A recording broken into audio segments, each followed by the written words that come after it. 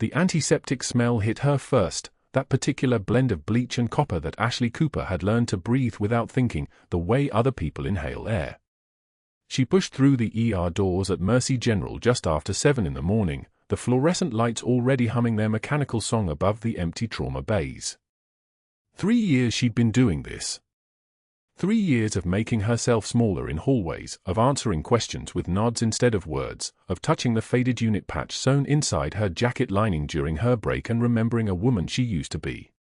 The patch was from Marjah. 3 inches of embroidered thread stitched into the lining with the kind of precision that came from hands that had held sutures steady during sandstorms and worse. The letters were barely visible now, worn soft by her fingers finding them over and over again, a ritual she performed in the supply closet where the fluorescent lights couldn't quite reach, where no one asked questions about the tiny scars that marked her palms like signatures. She hung her jacket in her locker, making sure the patch faced inward, and clipped her badge to her scrubs. The badge was the only name anyone at Mercy General knew her by. Just a nurse. Just Ashley. Just someone who showed up on time, who never called in sick, who kept her head down and did the work without complaint. That was what she wanted. That was what she needed. The weight of what she'd done and seen in Marjah had settled into her bones like lead, and anonymity was the only thing keeping her from drowning in it. The ER was already picking up by 7:15 a.m. A construction worker with a laceration on his forearm came through on his own 2 feet, joking with the triage nurse about needing coffee more than stitches. A woman in her 60s clutched her left arm, jaw tight, while her daughter hovered at her side asking if this was a heart attack. The usual morning chaos of a Denver hospital that treated the city's worst injuries like it was just another Tuesday. Ashley moved through it all like water, acknowledging the charge nurse with a nod, accepting her assignment without question, already pulling on her second pair of gloves before the shift formally started. The construction worker's name was Marcus.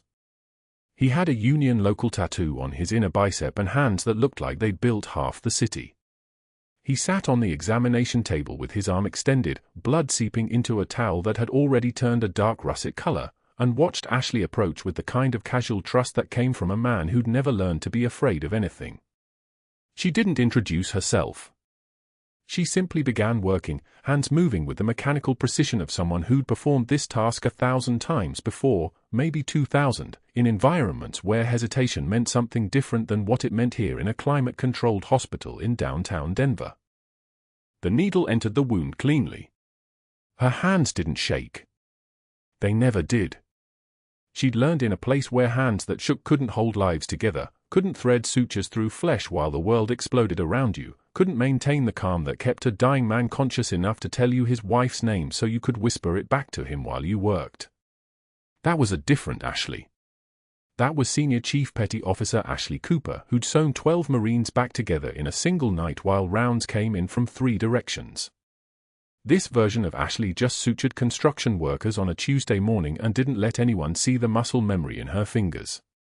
Another nurse, someone named Jennifer who'd been at Mercy General for 5 years and had the particular weariness of someone running on fumes and coffee, paused at the bedside and watched the sutures go in.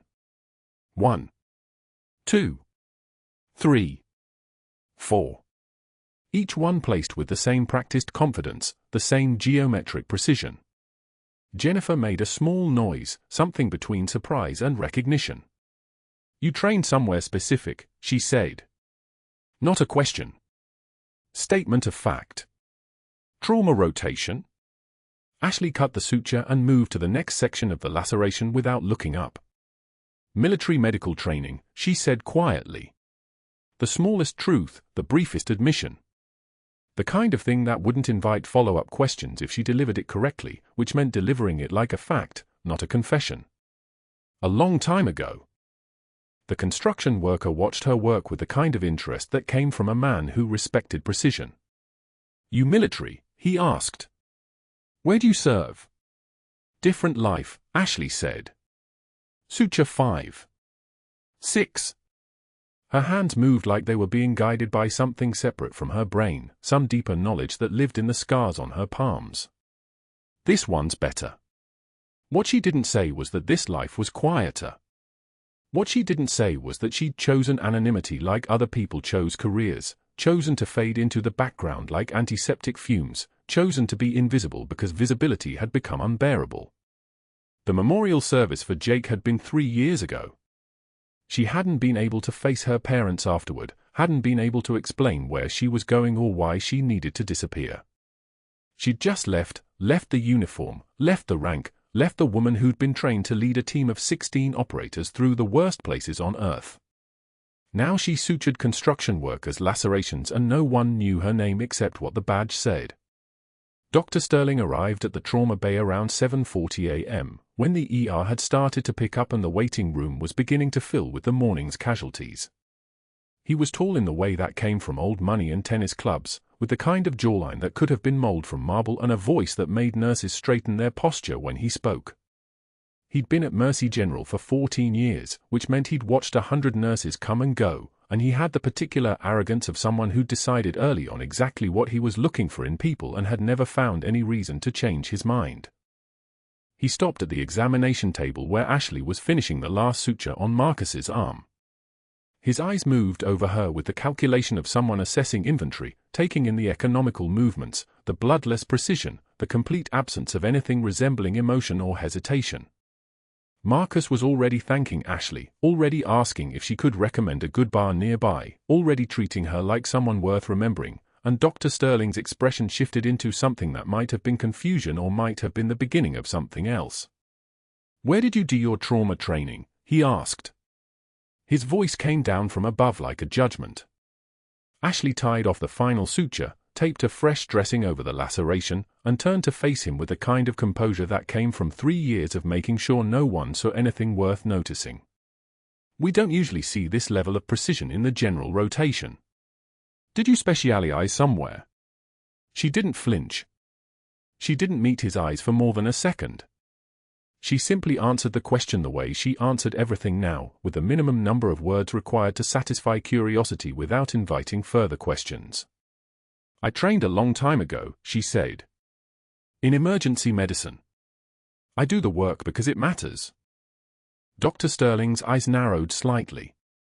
There was something in the way she delivered those words, not deference exactly, but something that looked like it from a certain angle.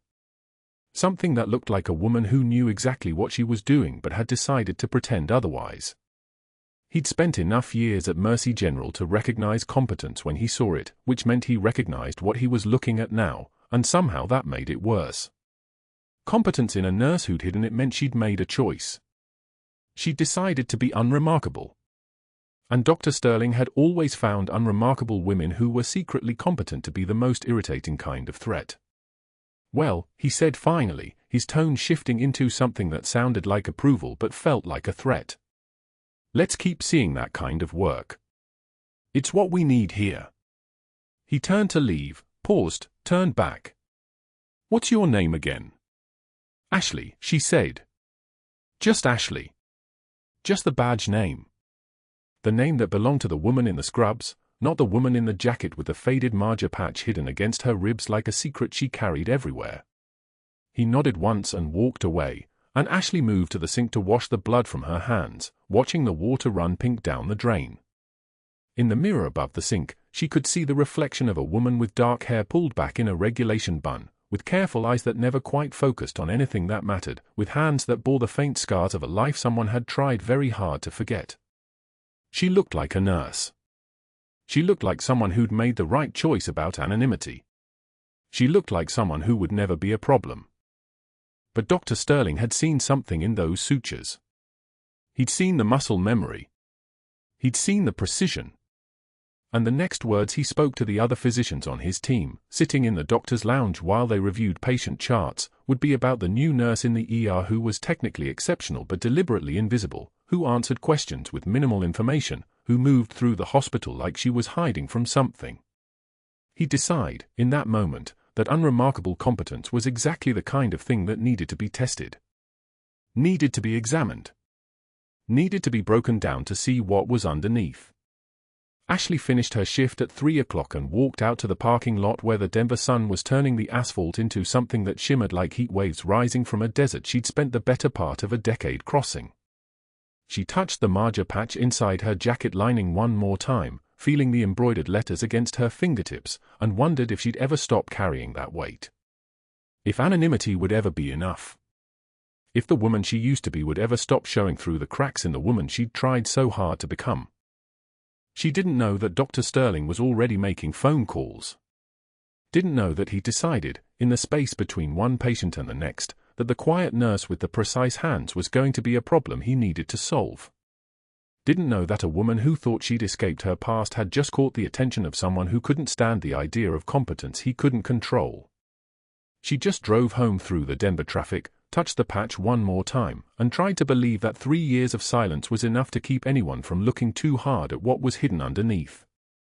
The morning round started like every other morning at Mercy General. White coats clustered in the surgical corridor. Charts tucked under arms. Coffee cups steaming. Dr. Sterling's voice carried the kind of authority that came from privilege, a voice that had never been told no in any room that mattered. "I'm giving our newest nurse exactly 7 days before she quits," he announced to the assembled staff, his tone bright as a blade. "Any takers on that bet?" "I'll say 500 says she can't hack it by Friday." The laughter came easy. Nervous laughter. The kind that happens when someone with power makes a pronouncement and everyone scrambles to prove they're on the right side of it. Ashley Cooper stood 3 feet away, reviewing a patient's overnight labs. She didn't look up. Didn't flinch. One measured breath, in through the nose, out through the mouth, the way she'd learned to breathe during a dust storm in Marjah when the world was collapsing and the only thing between a man's life and death was her steady hands and her ability to disappear into the work. She touched the patch inside her jacket lining. Just barely. A small weight. A reminder of who she had been and why she couldn't afford to let anyone see it. Sterling watched her. Waited for a reaction. Got nothing but the sound of her pen moving across the page. The absence of a response seemed to agitate him more than any protest would have. His jaw tightened. His fingers drummed once against his thigh. He turned back to the group, his smile sharpening. "Mark your calendars," he said. 7 days. That's all she's got. 6 days later, the cafeteria smelled like institutional chicken and something that might have been gravy in a former life. The lunch rush was in full swing, nurses rotating through in their compressed 15-minute windows, grabbing whatever they could, eating standing up if they could grab time to eat at all. Ashley carried her tray through the crowd, a small careful path between bodies and moving chairs. Minestrone soup. A sandwich. Coffee that had been sitting in the pot for hours and tasted like it. Sterling stood near the salad bar. His hand moved like it was casual. Like it was accidental. His forearm caught the edge of her tray with enough force to send it airborne. The bowl tipped. The soup arced across the room in a slow-motion disaster. It hit her scrubs in a dark stain that spread like something alive, and the sound of the ceramic shattering against tile echoed through the suddenly silent cafeteria. Heads turned. Phones came out. The entire room watched. A single tear escaped down her cheek. One. Just one. She caught it with her finger before it reached her jaw, and she held Sterling's gaze while she did it. Her eyes were the color of winter ocean, not angry, not embarrassed, but something colder than both. She wiped the tear on her pants leg and stood perfectly still in the soup-stained chaos while everyone waited for her to break. She didn't break. Sterling's smile widened. He wasn't done. The performance required an audience to be complete. The next morning, she arrived for her shift to find him waiting near the supply room. His hands held a patient chart, and the smirk on his face had the kind of satisfaction that came from having planned something in advance. "Pick that up, sweetheart," he said. He dropped the chart at her feet with a kind of deliberate slowness that made sure everyone in the hallway was watching. "That's what nurses do, right? Clean up messes." The words hung in the air like something toxic. 3 other staff members witnessed it. 2 resident physicians. 1 attending who suddenly became very interested in his phone. Ashley's hands didn't shake. That was the first thing people would later remember about that moment, not what she said, but what she didn't do. She didn't tremble. Didn't flush. Didn't retreat into the kind of small, apologetic posture that would have made Sterling feel safe again. Instead, she took one measured breath. "I've stitched men back together in sandstorms while taking fire," she said. Her voice came out quiet. Not weak, quiet. There was a difference. A vast, echoing difference. Your insecurity doesn't even register. She picked up the chart. Straightened. Looked at him for 2 full seconds with the kind of gaze that belongs to someone who has already survived the worst thing that could happen to her and lived through it anyway. Then she walked. Calmly. 1 foot in front of the other. Past the resident physicians. Past the attending with his phone. Past the watching eyes. The fluorescent lights hummed their constant mechanical drone overhead, that sound that hospitals never let you escape, and in that hum was the sound of something fundamental shifting. Sterling's face went colors that weren't natural. Red. Then deeper red. Then a kind of purple-tinged white that meant his blood pressure was doing things his physician friends would have warned him about if they weren't too busy pretending they hadn't seen the entire exchange. What he didn't know was that Ashley had already survived the kind of pressure that broke most people. He didn't understand that his mockery was a thing built on sand, and she was granite. He didn't understand that the woman he was trying to humiliate had spent 3 years learning to disappear into walls, to take punishment without flinching, to let the work speak instead of her voice. What he did understand, in that moment, was that something had shifted. That he had tried to break her in front of witnesses and she had held. And that his public authority, the thing he depended on more than breath, more than sleep, more than the basic functions of his heart, had just been demonstrated to be fragile. It would make him dangerous. The next morning, Sterling called her into his office before the shift even started. The sun hadn't cleared the Denver skyline yet. The coffee in the break room was still hot. He closed the door behind her with the kind of deliberate click that was meant to communicate privacy and power simultaneously. "You're charting," he said, not looking up from the folder on his desk. "Walk me through this patient encounter from Tuesday." She did. Precise. Accurate. Every detail documented. He found something, a small notation that was medically correct but technically didn't follow a format he preferred. It took him 17 minutes to explain why this was unacceptable. His voice had that quality again, the one that made people feel small. The one that worked on most people because most people wanted to be liked, wanted to be told they were doing okay, wanted the approval of authority. Ashley stood still and listened. 1 foot slightly forward. Hands at her sides. Breathing steady. She had learned this posture in a place where the wrong reaction could cost lives. Where flinching meant the enemy saw vulnerability.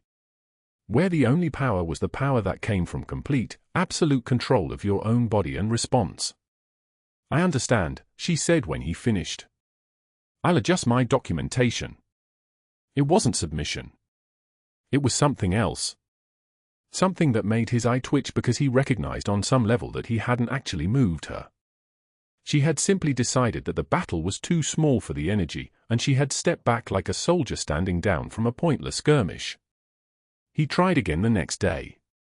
And the next. He positioned himself in the patient rooms during her shift, finding fault with her vitals monitoring. He referred to her exclusively as sweetheart in the presence of staff. He made a point during rounds of questioning every medication administration, every intervention, every breath of air she moved through the hospital. Another nurse, Sarah, who had been at Mercy General for 11 years, caught her in the break room during a night shift and whispered, "He's done this before." To women who make him feel small. It usually works.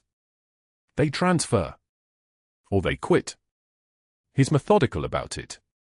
Ashley touched the patch inside her jacket. Felt the weight of it. Felt the years compressed into that small piece of fabric, and she said nothing because there was nothing to say to anyone who didn't already understand. She finished her shift. Then her next shift. Then the full 7 days he'd given her to quit, and she didn't quit, and that seemed to frustrate him more than anything else could have. The bet had been a failure. She was still here. Still competent. Still existing in his space as a reminder that competence wasn't something you could buy or demand or position yourself into. It was something that either lived in your hands or it didn't. It was something she had earned in sandstorms. And then the emergency alert chimed across the hospital at 2:16 p.m. on a Tuesday afternoon, and everything that Sterling had built, every bit of his authority, every moment of his careful social positioning, was about to come apart in front of witnesses who actually mattered. The ambulance was 3 minutes out. Trauma activation.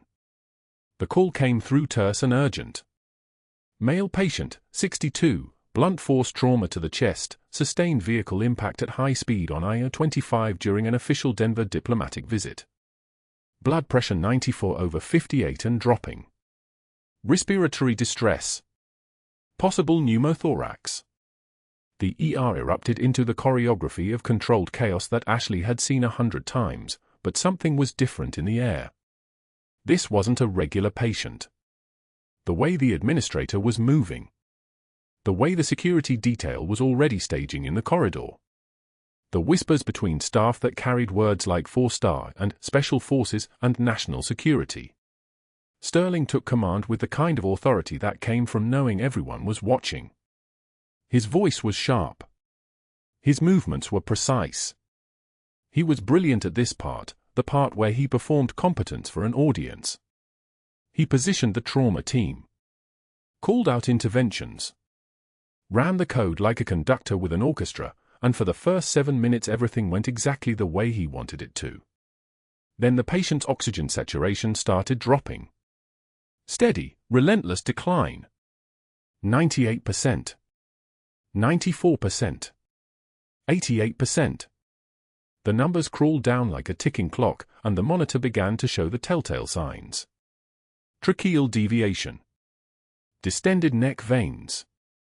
The clinical picture of a tension pneumothorax building like a time bomb in the left chest cavity. Sterling stared at the monitor. His hands froze. His voice became uncertain. "He needs intubation," he said. The decision was safe. It was standard. It was also not the thing that would save this man's life in the next 60 seconds. "He needs needle decompression," Ashley said. Quiet. Not a question. Sterling's head snapped toward her. His face darkened. "I didn't ask for your opinion, sweetheart." The patient's lips were turning blue. His fingers were already losing color. The clock was visible now, written on his face, on his vital signs, on the slow death that was happening in real time. Ashley didn't ask permission again. She moved with a kind of fluid precision that belonged to someone who had done this before when the sand was blowing and the world was ending and there was no intubation equipment, no backup, no one but her hand standing between a man's life and his corpse. She palpated the second intercostal space, mid-clavicular line. Found the landmark with her eyes closed in muscle memory. The 14-gauge angiocath needle was already in her hand. She'd grabbed it while Sterling was talking, muscle memory from another life making decisions her conscious mind didn't have time to second-guess. The needle went in. The hiss of air escaping filled the room. Pressure released. The sound of survival. The patient gasped, color beginning to return to his face. His oxygen saturation climbed. 72, 78, 84, 91. The numbers rising like a sun coming up after a long night. The room went completely still. Not the silent anticipation kind of still. The kind of still that happens when everyone has just witnessed something that doesn't fit inside the framework they've been using to understand the world. A nurse. Just a nurse. Just a woman in scrubs who they'd watched get humiliated in a cafeteria. Just someone who wasn't supposed to know things that only doctors knew. A veteran nurse assisting, Marcus, who had served in the Army Medical Corps and was now pushing 50, leaned close while Ashley was monitoring the patient's vitals, watching them stabilize, watching the numbers hold steady. "You learned that downrange, didn't you?" he whispered. Ashley's hands trembled for the first time. Not from fear. Not from the adrenaline or the crisis or the weight of what she'd just done. But from the recognition that her hands had just revealed something her voice had spent 3 years keeping silent. She steadied them. Forced them still.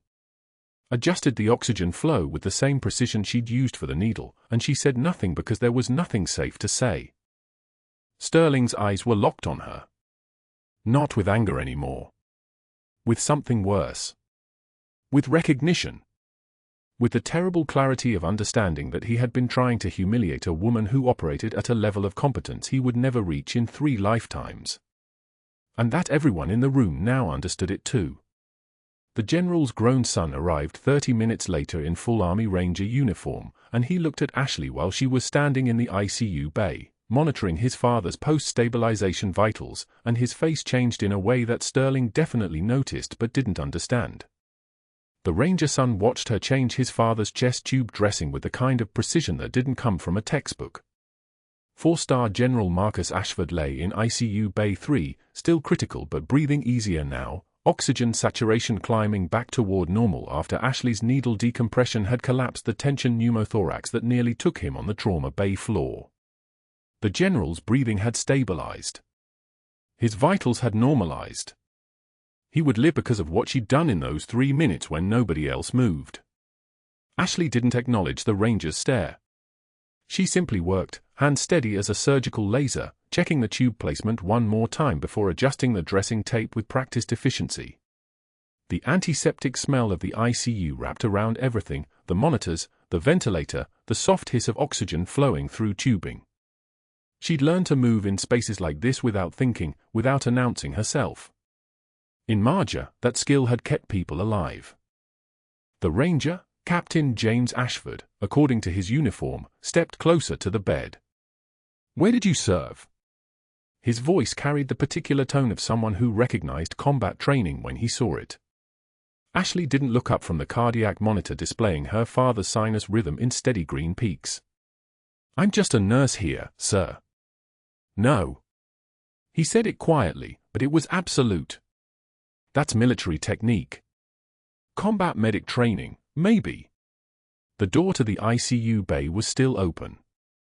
Sterling had walked past exactly 7 minutes ago, his expression hardening the moment he saw the Ranger in uniform, the moment he understood that this patient wasn't just another admission.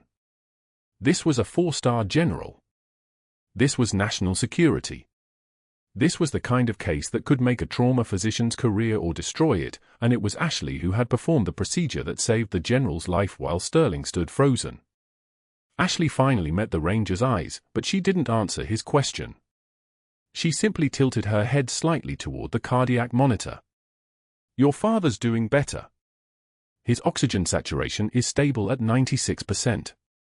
We're monitoring for any sign of reaccumulation, but the needle decompression bought us time to get him to the OR if needed."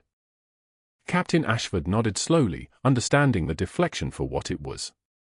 But he didn't press. Instead, he sat down in the plastic chair beside his father's bed and watched Ashley work with the expression of someone who had just placed a piece of a very large puzzle into the picture. Sterling's office door was closed by the time Ashley finished her rounds at 6:56 p.m. She knew it was closed because she'd walked past it twice, carrying fresh for bags and replacement monitoring patches, and both times the door had been shut with the kind of deliberate force that meant something was happening inside. She could hear his voice through the thick oak, clipped, urgent, the tone of someone calling in favors. By the time she finished her shift at 11 p.m., 3 different people had asked her questions about her nursing school references, about gaps in her employment history before Mercy General, about her clinical competencies. The next morning, the ICU was different. Quieter. The kind of quiet that came before something breaks. Ashley arrived at 6:45 a.m. for her shift, dressed in fresh scrubs, the faded unit patch still sewn inside her jacket lining where it always was. The general was stable. His oxygen saturation remained at 97%. His pressure was holding. By every clinical measure, he was improving exactly as expected after a successful needle decompression and continued monitoring. She'd written detailed notes about his condition, his pain management, his mental status. Everything was documented. Everything was by the book. She spent the morning with the general, changing dressings and monitoring his vitals, speaking to him when he drifted toward consciousness, sparse words, professional words, nothing that revealed anything. A combat medic from a different unit, visiting his brother in the cardiac ward, stopped by the ICU window and watched her work for exactly 90 seconds. When she looked up and met his eyes, he nodded once, a gesture of recognition that passed between people who understood what the other had done for a living. He didn't say anything. He didn't need to. By noon, the tension had a physical weight. The hospital administrator called Ashley into his office at 1:15 p.m. His name was Richard Patterson, and he'd always treated her with polite indifference, the kind of institutional courtesy extended to competent staff members who didn't create problems. Today, his expression had changed. He had a folder on his desk. A thick one. Inside were printouts of charts, policy documents, and a list that Ashley recognized immediately as her own signature on various hospital forms spanning the past 3 years. "We've received some concerns," Patterson said carefully, not meeting her eye, "about potential policy violations in your nursing documentation and patient care protocols. We've brought in outside auditors to review your charts comprehensively, and they've identified several discrepancies that we need to address formally." Ashley sat very still. Her hands were folded in her lap. Her voice, when she spoke, was even and professional. "What kind of discrepancies?" "Missing documentation on several medication administrations. Potential gaps in your charting on post-operative assessments. Some questions about the appropriateness of certain clinical decisions you made without physician consultation." He slid the folder toward her. "We're going to need to suspend you pending a full investigation. It's procedural, you understand. But given the sensitive nature of one of our current patients, General Ashford, we can't have any question marks about the care he's receiving." The words hit with the precision of a sniper round. Ashley opened the folder. The first chart was from 18 months ago. A routine post-operative patient. The medication documentation was standard, exactly the format used by every nurse in the hospital. The auditor's note flagged it as potentially incomplete. She flipped to the next chart. And the next. They were all routine cases. They were all technically correct. And they were all violations under the kind of microscopic scrutiny that was never applied to anyone else at Mercy General.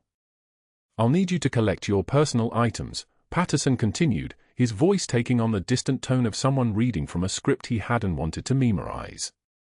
"We'll be suspending your hospital privileges effective immediately. You're not to return to the building during the investigation." Ashley closed the folder. She stood. Her legs obeyed her. Her voice remained steady. "Am I permitted to brief the incoming nurse on the General's condition?"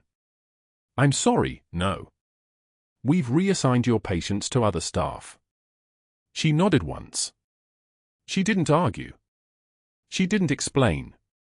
She simply turned and walked out of Patterson's office while he stared at his desk like it had personally betrayed him, which in a way it had. He'd clearly been informed by board members that this was the cost of standing between them and a problem they decided needed solving. The drive from Mercy General to the Veterans Cemetery in North Denver took 42 minutes. The rain started somewhere around Spee Boulevard, turning the city gray and soft and anonymous. Ashley didn't turn on music. She didn't make phone calls. She drove with one hand on the steering wheel, the other pressed against the window as if she could push the weather away by sheer force of will. Jake's grave was in the back section, under a stand of aspens that had already lost their leaves for the season. It was cold. It was raining. She knelt down anyway, the earth muddy beneath her knees, and traced the letters of his name with one finger: Jacob Matthew Cooper, Green Beret, beloved husband, 1988 to 2015. "I'm sorry," she whispered to the stone. "I thought I could do this. I thought I could just be a nurse. I thought if I didn't talk about Marjah, if I didn't tell anyone about what happened, maybe it would stop being real. Maybe I could be someone normal. Someone who belonged to the world that didn't have to make the choices we made." The rain kept falling. She knelt there until her legs went numb, until the cold seeped through her jeans, until the world had gone the color of wet concrete. No one walked past her. No one asked if she was okay. The cemetery was empty except for the dead and the living woman who understood she'd just lost something she hadn't fully known she was still holding. What she didn't know, what she couldn't have known while she was on her knees in the rain, was that the general security detail was reviewing the hospital incident. Wasn't that while someone was making a phone call to a very specific number at the Pentagon? A number that didn't appear in any public directory. A number that connected directly to a section of Defense Command that dealt with active service members whose whereabouts had been filed as classified. A number that connected to Senior Chief Petty Officer Ashley Cooper's permanent service record. A number that would be dialed exactly once, and would change everything. The moment the needle punctured the general's chest and the hiss of air escaped, that's when Dr. Sterling understood. This quiet nurse didn't just know medical procedures. She carried authority like muscle memory. She moved through trauma the way warriors move through battlefields, every gesture economical, every decision final. Sterling had spent 15 years building a hierarchy at Mercy General that placed him at the apex, untouchable, feared. And in 90 seconds of controlled precision, Ashley Cooper had shattered the careful illusion that his competence was anything more than institutional position. He spent the next 2 hours making phone calls. The first call went to board member Harrison Pike, a man Sterling had helped secure a lucrative consulting contract 3 years prior. "I need a conversation about credentialing standards," Sterling said, his voice smooth as medication flowing through and for. Pike listened. Pike remembered favors. The second call reached the hospital's chief medical officer, who owed Sterling significant political capital after he'd buried a malpractice incident involving the CMO's nephew. "Quality assurance audit," Sterling said. "Comprehensive. External auditors." The words hung like bait. By evening, he had 4 board members returning his calls with variations of the same question: "What do you need?" What Sterling needed was erasure. He requested Ashley's personnel file to sparse, he noted with satisfaction. 3 years at Mercy General. No prior hospital employment listed. No references from her previous work. A gap in her professional history that stretched like a dark ocean. He began calling the 2 nursing supervisors she'd listed as references, people whose numbers were now disconnected or routed to answering services. Dead ends, each one more suspicious than the last. A nurse with no traceable past was a nurse with something to hide, and Sterling knew how to weaponize uncertainty. The outside auditors arrived Wednesday morning. 3 of them, sharp-eyed and carrying briefcases that seemed to contain the weight of institutional authority. Sterling had specifically requested auditors from a firm called Compliant Solutions, the kind of company that found violations in parking lots if you paid them enough. He walked them to medical records personally, introduced them to the department head with a significant glance, and said only this: "I'm concerned about protocols in our trauma department. Particularly around documentation and consent procedures. I'd like a thorough review of every case involving, let's say, unusual interventions." He was asking them to find him a witch. He was giving them a name. The auditors opened Ashley's chart files with the precision of archaeologists excavating a crime scene. 15 hours over 2 days, they combed through every trauma case she'd touched in 36 months. One chart showed a needle decompression performed without formal documentation of verbal consent. The patient was in respiratory distress, conscious but not fully responsive, and Ashley had performed the procedure because the alternative was death. Standard protocol in emergency medicine. Textbook decision-making. But the auditors wrote it down: potential consent violation, emergency procedure performed without documented patient authorization. Another chart showed a laceration repair where Ashley had deviated from the standard suture pattern to accommodate scar tissue in a way that would minimize visible scarring, a technique that required advanced knowledge of reconstructive principles. The auditors noted it as a procedure performed outside standard protocol without physician oversight. Not a mistake. Not a problem. Just different enough to sound wrong to people reading for violations rather than reading for outcomes. By Thursday afternoon, the auditors had compiled what looked, on paper, like a pattern of concerning decisions. Each one defensible in isolation. Together, they created the impression of a nurse operating outside her authority, a nurse who didn't follow procedure, a nurse who was a risk. Sterling read the audit report at his desk and smiled. It was beautiful. It was airtight. It was enough. He scheduled a meeting with hospital administration for Friday at 7 a.m., deliberately choosing a time before the general's family typically visited. He brought the audit report, 2 copies of Ashley's personnel file, and a folder containing printouts of her sparse references. He sat across from the hospital administrator, a careful man named Douglas Chen, and laid out his case like a surgeon laying out instruments before a procedure. "I'm not making accusations," Sterling said, which was exactly what he was doing. "I'm raising concerns. This nurse performs procedures outside protocol. Her background is undocumented. Her references are unreachable. The auditors found 7 instances of deviation from standard procedure in 36 months of employment." Douglas Chen read the report, his face growing increasingly cautious. "These are relatively minor." "Minor until one of them results in a liability incident," Sterling interrupted. "I have a fiduciary responsibility to this hospital." "So do you." The board was called into emergency session that afternoon. Sterling had already positioned 3 members through prior conversations. By the time formal proceedings began, Ashley's suspension was largely a formality. The hospital administrator, legally cautious and politically vulnerable, signed the suspension order by 4:16 p.m., effective immediately, pending full investigation. No one asked Sterling why he was pushing so hard. No one asked why a nurse who had just saved a 4-star general's life was suddenly a liability. The machinery of institutional protection had been activated, and once activated, it moved with the inexorable momentum of bureaucracy.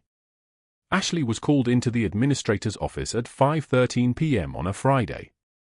She was told her suspension would remain in effect pending investigation. She was told not to return to the building. She was told this was procedural. She was told to wait for contact from the hospital's legal department.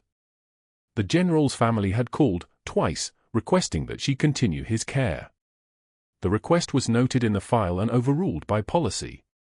She drove out of the Mercy General parking lot in her 2008 Honda Civic with the interior smelling like stale coffee and the rain that had been falling all afternoon, drumming against the windshield like fingertips on glass. Her hands gripped the steering wheel and she breathed, one measured breath after another, each one failing to stop the trembling that had started in her chest and now radiated through her entire body like shock waves from a detonation. This had happened before. Different building, same machinery. The last time she'd been erased from a place she belonged was the day she submitted her discharge papers from the Navy, not fired, not pushed out, just gone. She'd chosen that erasure. This one had been chosen for her. She drove north toward I-25, toward the exit that led to Fairmount Cemetery where the rain fell on stone and grass in equal measure. The drive took 22 minutes. She parked and walked without an umbrella, the cold October rain soaking through her scrubs, and she knelt in the mud beside a grave that read Jacob Mitchell Cooper, 1989 to 2017, beloved husband, cherished warrior. Jake had been a Green Beret. He had died on their last deployment together, a roadside IED in Marjah that took him cleanly and took half her hearing in one ear. She had held his hand in the field hospital while his vital signs declined. She had tried 3 times to save him. She had failed 3 times.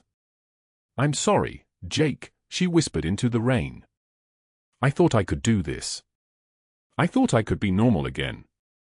I thought I could just be a nurse and nobody would know and I could just be quiet and just be safe and just be—" Her voice broke. The rain ran down her face and she couldn't distinguish between rainwater and tears, which seemed appropriate somehow, like the universe was being merciful enough to disguise her breaking. "I couldn't save you. I couldn't save myself either." She knelt there until her legs went numb, until the rain soaked through her scrubs entirely, until the cemetery staff began closing gates. Then she drove home to her apartment in the Highlands, a place with white walls and no photographs, nothing that could connect her to anything. She removed her scrubs and hung them to dry. She opened her jacket and found the faded unit patch sewn inside the lining, the one she'd kept through 3 years of civilian work as though it were a secret heart. Senior Chief Petty Officer, United States Navy. 13 years of service. 3 combat deployments. A rank she had abandoned and a life she had buried. She held the patch and stared at nothing. Her phone rang at 11:56 p.m. Hospital Administrator Douglas Chen, voice tight as a wire. "Ms. Cooper, you need to come back to Mercy General. Right now. There's been a development." "I'm suspended," Ashley said flatly. "I know. Come anyway. Parking level B, entrance through the emergency bay. Come alone." Ashley dressed in civilian clothes and drove back to the hospital she'd been banned from 9 hours earlier. The parking lot glowed under sodium lights that made everything look vaguely ill. She parked on level B and walked toward the emergency entrance and found it blocked by 2 black suburban SUVs with tinted windows and government plates. A man in a navy dress uniform, crisp, authoritative, bearing the rank insignia of a senior chief master-at-arms, gestured for her to follow. He said nothing. She said nothing. They walked through the trauma bay doors and up the stairwell to the ICU, and when those doors opened, the first thing she saw was the 4-star general, conscious and watching her with an expression she couldn't parse. The second thing she saw was a hospital bed being wheeled in from the surgical elevator under armed guard. A man on that bed, older, Afghan features, eyes that widened when they found Ashley's face. He sat up slightly, and in Pashto, a language Ashley hadn't heard spoken aloud in 6 years, he said, You are the American ghost who saved my brother after the ambush." The phone rang in the hospital administrator's office at 2:56 p.m. on a Tuesday, and the voice on the other end made Richard Halloway's spine straighten like he'd been electrocuted. "Pentagon. Not a request for information. A demand. Immediate reinstatement of Senior Chief Petty Officer Ashley Cooper, or federal oversight of Mercy General's personnel practices would commence within 72 hours. The administrator's hands trembled as he hung up. He'd suspended her on Sterling's recommendations. Now he understood he'd been manipulated by a man whose jealousy had metastasized into fraud. Ashley stood in the parking lot rain, her scrub still in her locker, when Halloway called her back. No apologies in his voice, just urgency. The 4-star general had requested her by name when he'd stabilized. The Pentagon had questions about why a decorated Navy medic was working as a civilian nurse in Denver. And they had answers that would change everything about how the hospital understood who had been walking their corridors for 3 years. She returned at 3:15 p.m. Black government SUVs lined the emergency bay.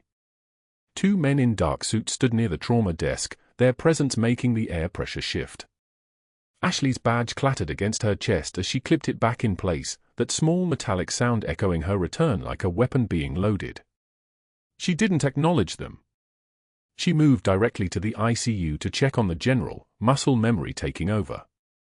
The bed in room 407 held a different patient now. Not the American general she'd saved. A man with a weathered face and eyes the color of burnt copper, watching the door as if he'd been expecting her.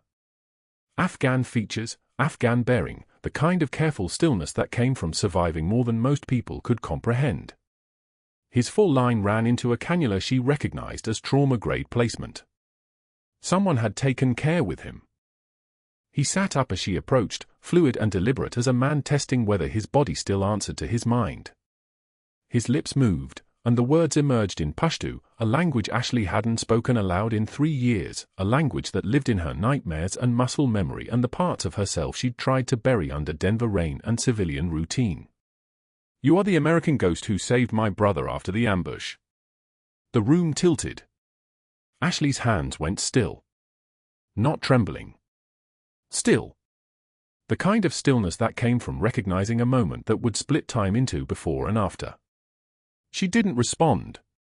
She couldn't. The man continued in accented English, his voice like gravel through a guitar amplifier. "Sanjan Valley. 4 years ago. The convoy was hit. My brother Rashid was bleeding out. The American medics had pulled back. You came through fire. You stitched him. You stayed with him until the medevac. You saved his life when your own people had written him off. Every word was true. Every detail exact." Ashley had never told anyone about that mission, that patient, that moment where she'd walked into ambush fire because one man was dying and rank and nation and protocol meant nothing against the simple human fact of blood and breath and the refusal to let someone die alone. The door opened.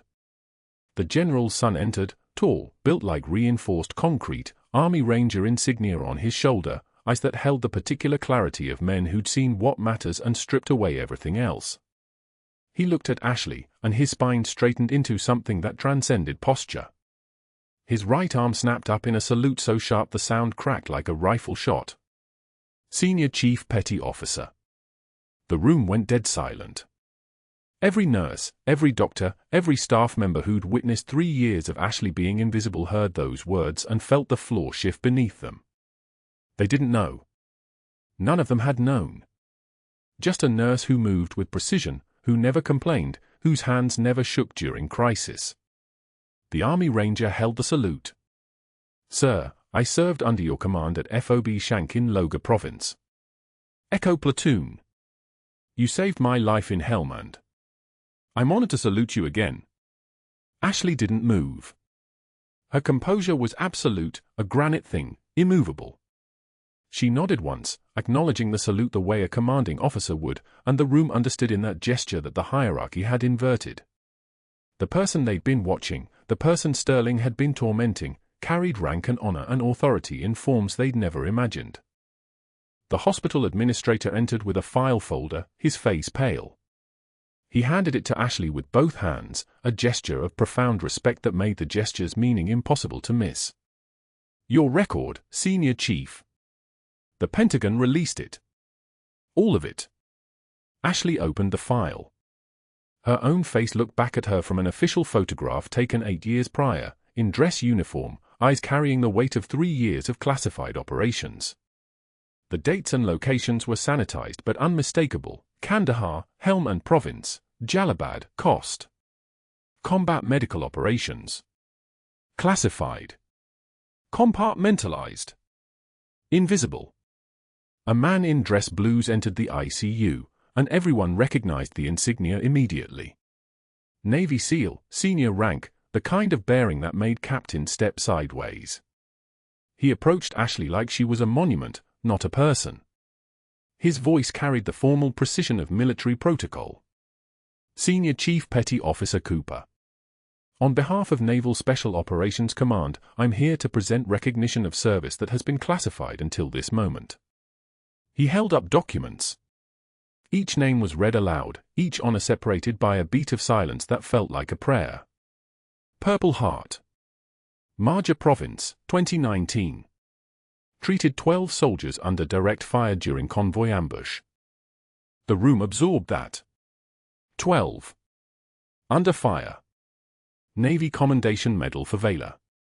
FOB Shank, 2018. Performed emergency cricothyrotomy on wounded soldier with compromised airway under mortar attack.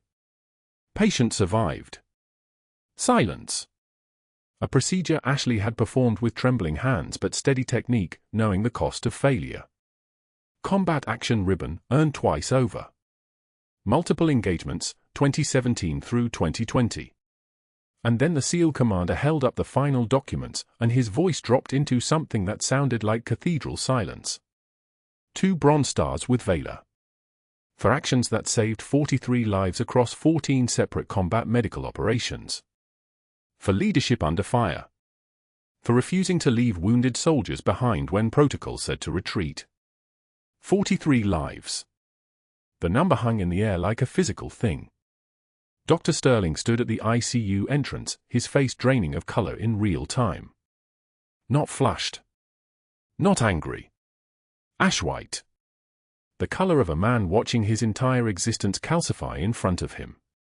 He'd spent 3 years tormenting her. 3 years manufacturing incidents.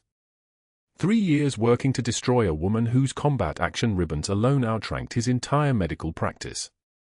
The realization moved across his face like a wave of radiation, burning everything in its path. The FBI agents moved before anyone else could react. 2 men in dark suits, badges out, approaching with the calm precision of people who'd done this exact procedure hundreds of times. The lead agent's voice was granite, no accusation, just fact. Dr. Lawrence Sterling. We need to discuss the falsified personnel records in your office computer. Sterling moved toward the door. An agent blocked his path with the casual confidence of someone enforcing something non-negotiable. We have digital forensics from your workstation. Access logs. Timestamp records. You attempted to fabricate policy violations against a decorated veteran and falsify official documentation to justify her termination. I was protecting patient safety, Sterling started. You were protecting your ego. The agent's interruption was a knife. The board members you contacted have all cooperated with federal investigators. They've provided statements about how you misrepresented her competency evaluations. The outside auditors have given detailed accounts of how you coached them toward predetermined conclusions. The handcuffs came out. Not the theatrical kind from movies. Practical ones. They clicked shut around Sterling's wrists with a sound like a cell door locking. Finality. Irreversibility. The sound of a career ending in real time. Lawrence Sterling, you're under arrest for fraud, falsification of official military personnel records, and obstruction of a federal investigation. You have the right to remain silent. Camera phones appeared. Staff members recording. Documenting. The hospital lobby filled with the small chiming sounds of professional destruction being documented from multiple angles. Sterling was guided out, his face blank, his hands shackled, his entire world compressed into the space between one moment and the next. The hospital administrator appeared at his shoulder before he reached the doors. Dr. Sterling, your hospital privileges are terminated effective immediately. Your medical license is suspended pending investigation. Security will escort you from the building. Ashley watched from the ICU threshold with one measured breath, no expression except the faintest movement of her hand to her jacket pocket, where the faded Marjah unit patch still lived, tucked inside the lining. She'd worn it for 3 years as camouflage, proof that some parts of herself would never fully integrate with civilian life. Now the truth of her service stood in the hospital in the form of a 4-star general, a Taliban commander's gratitude, an Army Ranger's salute, and federal agents removing a man who'd tried to erase her with the same tools he'd tried to use to survive. 2 years would pass before everything settled into its new shape. The trauma department at Mercy General would expand under Ashley's leadership, her combat medical training transforming how they handled mass casualty events, how they triaged impossible situations, how they made decisions when seconds meant lives. The framed unit patch would hang on her office wall beside her bronze stars, no longer hidden, no longer something to be ashamed of. Dr. Sterling would teach CPR at a community college for minimum wage, his medical license revoked, his career a cautionary tale told in hospital cafeterias across Denver. On quiet nights, Ashley would touch the glass of that framed patch and finally feel the integration, not the erasure of who she'd been, but the acceptance of both versions coexisting. The warrior and the healer were the same person. They always had been. Heroes walk among us. Sometimes in scrubs, saving lives in the dark. If you loved this story, subscribe for more, like and comment which character's moment hit you hardest. Was it the Afghan soldier's recognition, or the ranger's salute, or that moment Sterling realized who he'd been fighting? Let's talk about it.